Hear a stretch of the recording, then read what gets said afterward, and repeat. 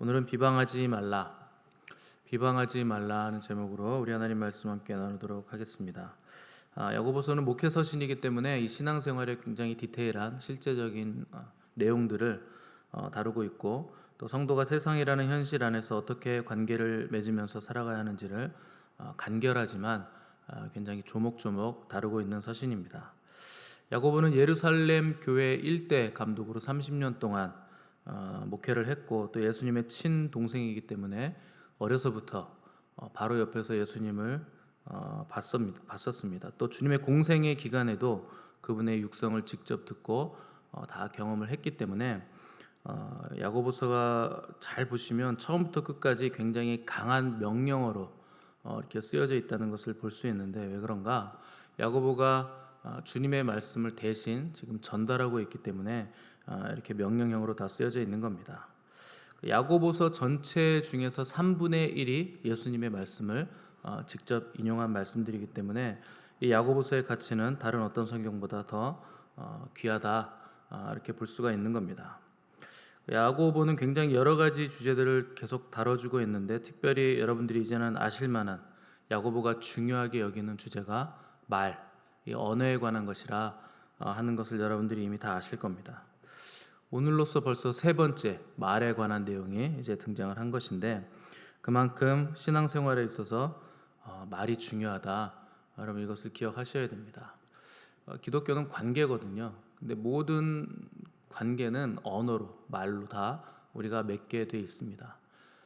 그래서 말이 그 사람의 영을 전달하는 통로가 되기 때문에 말이 중요한 것이고, 또 영적인 존재들만 말을 한다는 것 여러분들이 이미 아실 텐데, 하나님, 천사, 마귀, 사람, 네 존재만 말을 합니다.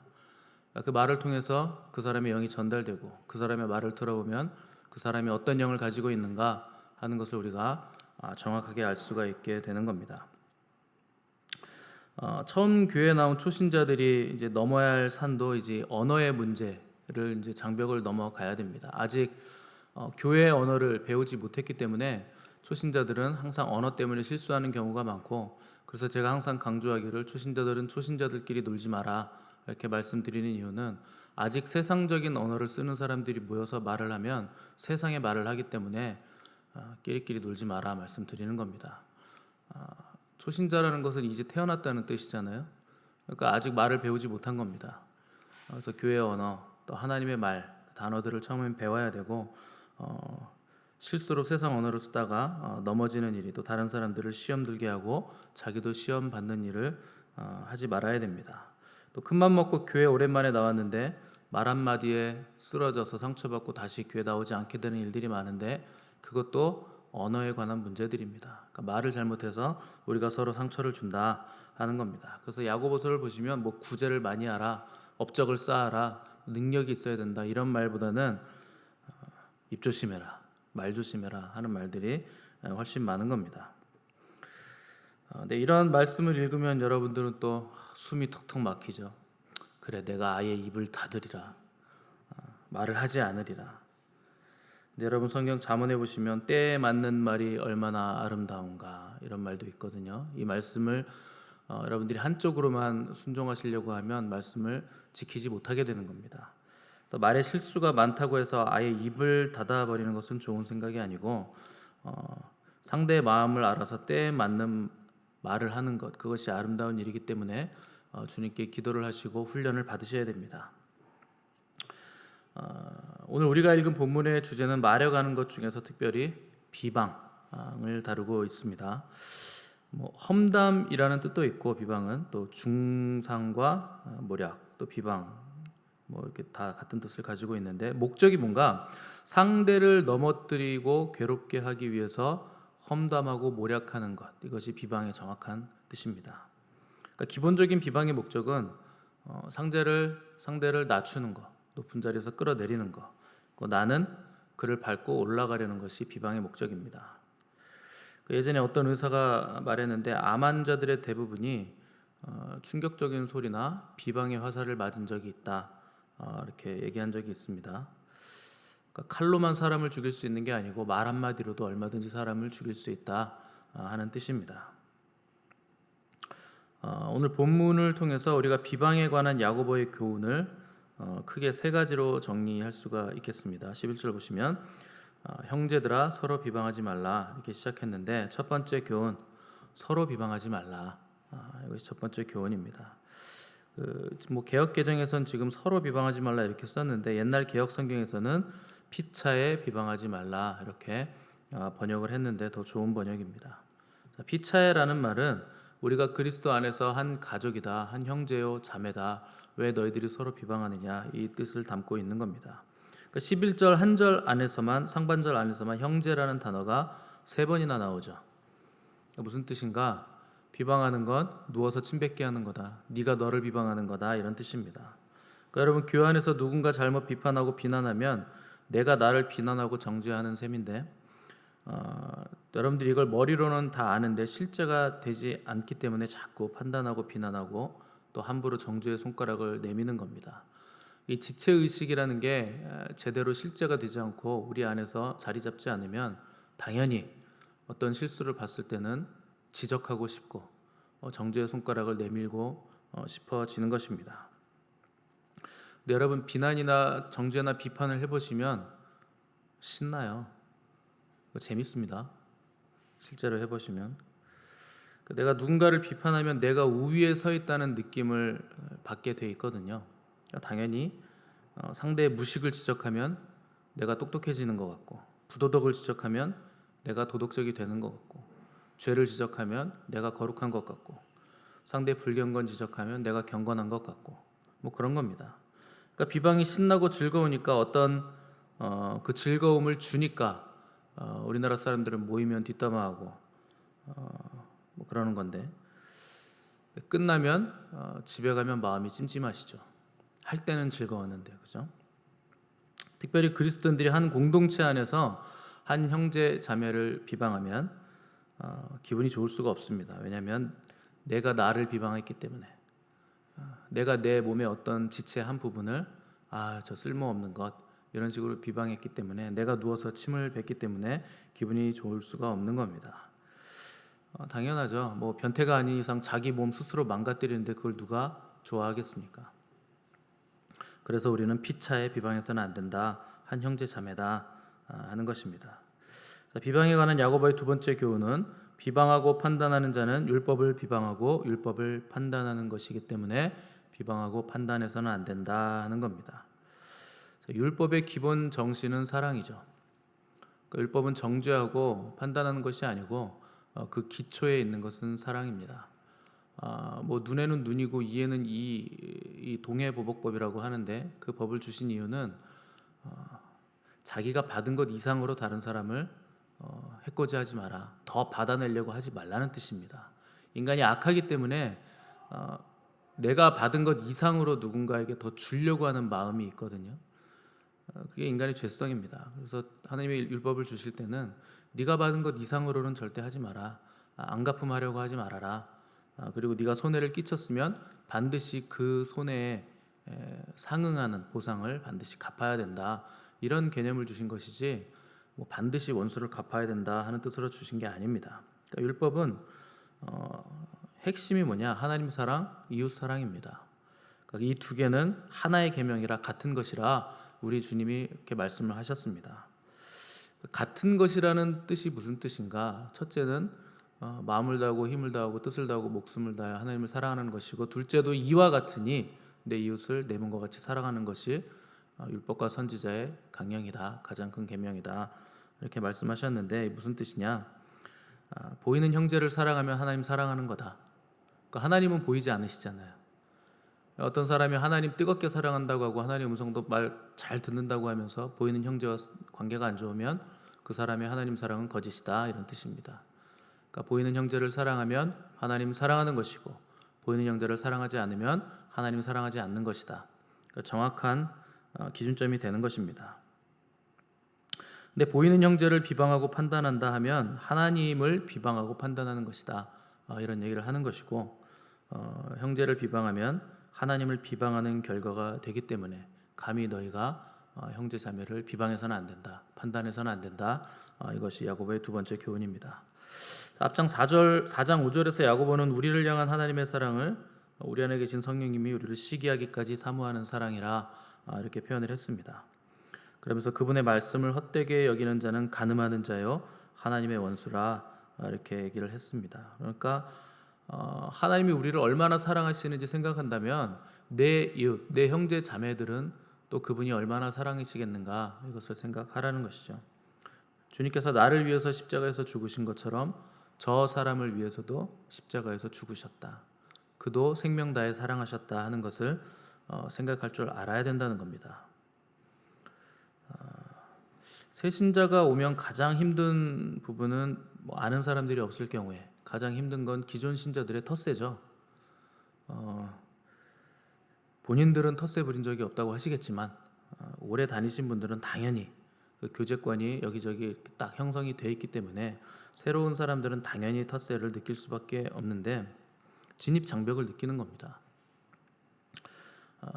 근데 그건 어쩔 수 없는 거죠. 당연히 뭐 20년 동안 여기서 신앙생활 하신 분들, 뭐 10년 동안 신앙생활 하신 분들하고 지금 막 온 사람들하고 같을 수는 없는 겁니다. 그런데 일부러 자리를 내어주지 않기 위해서 거부하고 텃세를 부린다. 이 사람은 아주 심각한 병에 든 겁니다. 아주 심각한 문제가 있는 거예요.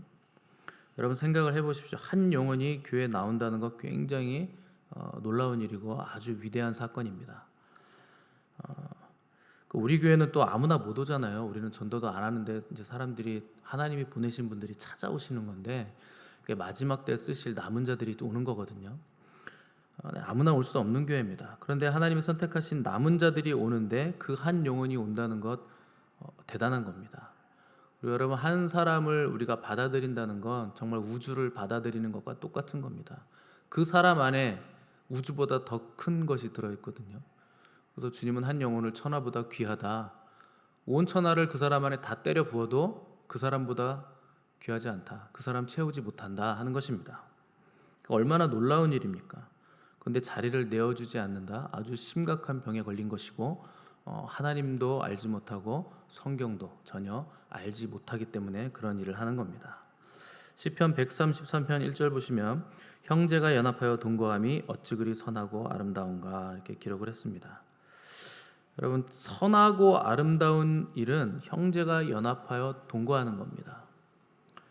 교회 건물을 크게 세우는 게 아름다운 게 아니고 전도 폭발 훈련을 하는 게 아름다운 게 아니고 형제 자매가 서로 동거함이 선하고 아름답다. 주님은 우리에게 이렇게 말씀하셨습니다. 공동체 안에 한 형제 자매는 원수가 아닙니다. 우리의 원수는 마귀 사탄입니다.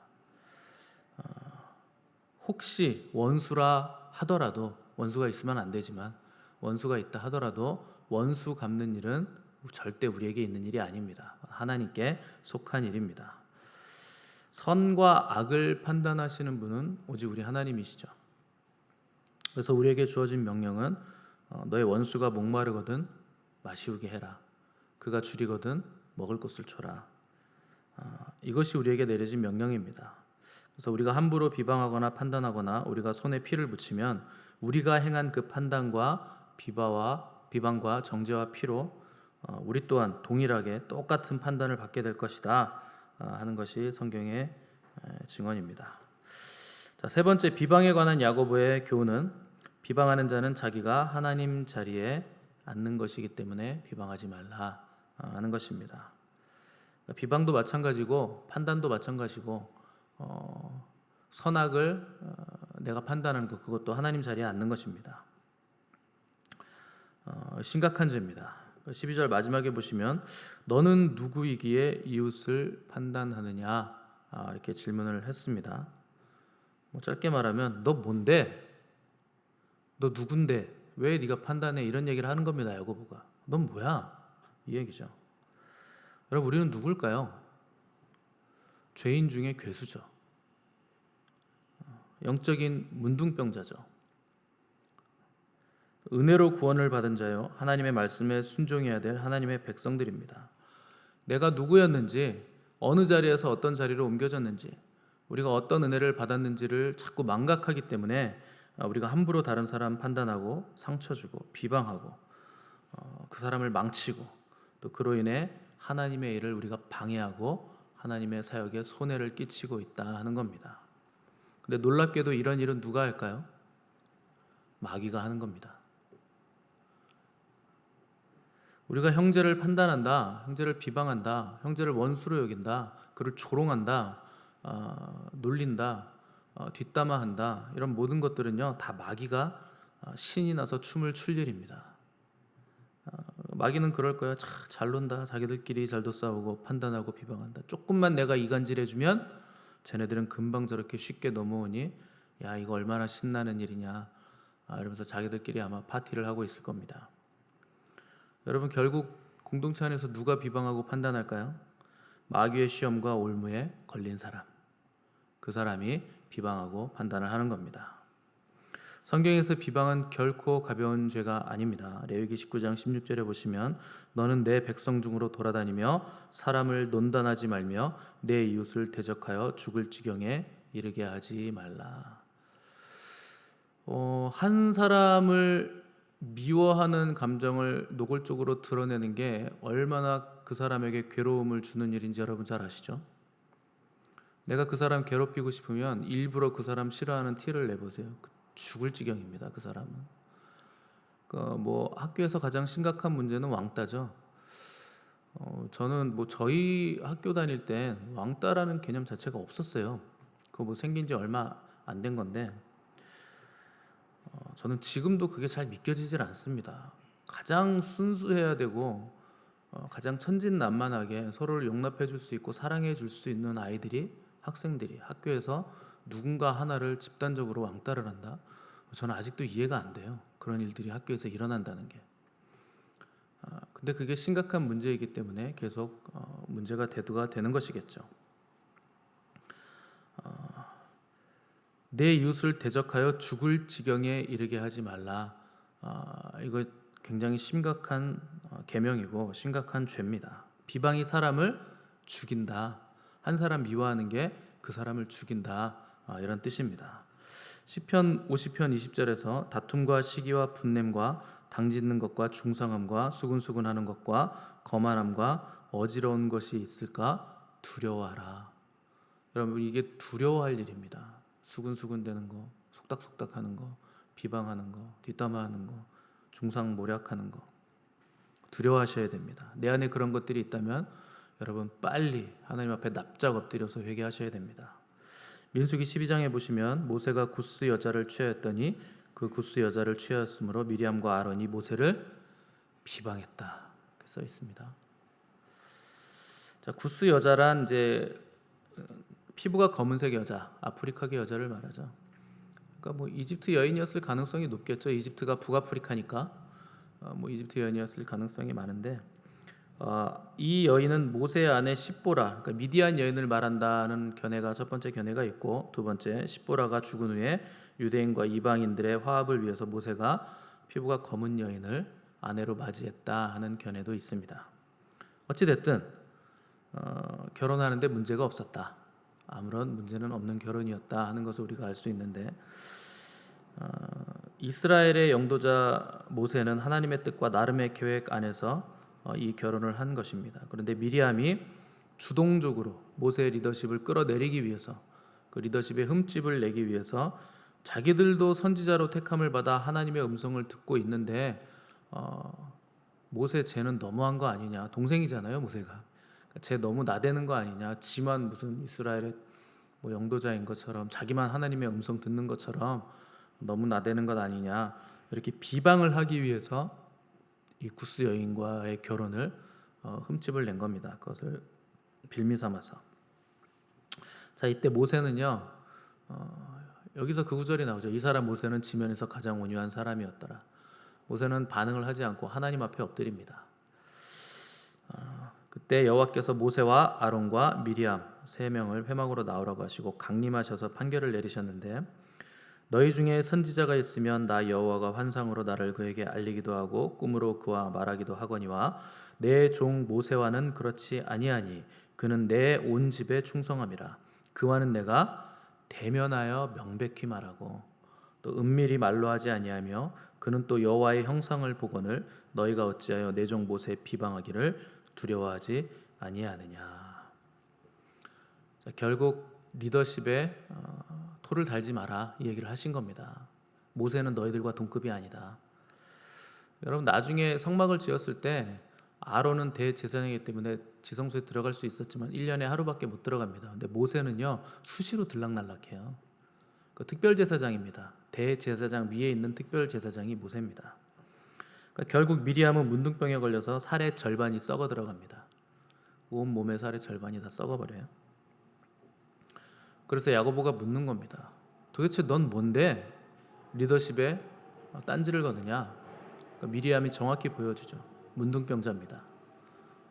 문둥병의 특징은 코가 떨어져도 모르고 손톱이 떨어져 나가도 모르고 막 살점이 뚝뚝 떨어지는데도, 썩어서 떨어지는데도 알 수가 없는 겁니다. 그게 바로 우리의 모습입니다. 그런데 주님께서 우리를 불쌍히 여기셔서 그 병을 다 치료하시고 하나님의 백성 삼아 주셨다 하는 겁니다.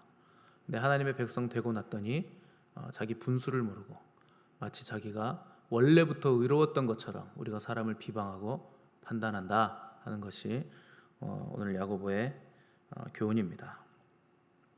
사람이 악한 말을 내뱉으면 상대방만 화살이 박히는 거 아닙니다. 우리 뇌는, 자율신경계는 우리가 말을 뱉을 때 상대에게 한 말인지 나에게 누가 한 말인지 구분을 못한다 그랬죠. 그러니까 내 귀도 내 말을 듣는다 하는 겁니다. 그러니까 상처는 상대방에게만 박히는 것이 아니고 나에게도 박힌다. 여러분, 악한 말을 내뱉을 때는 한 번 더 생각을 하셔야 됩니다.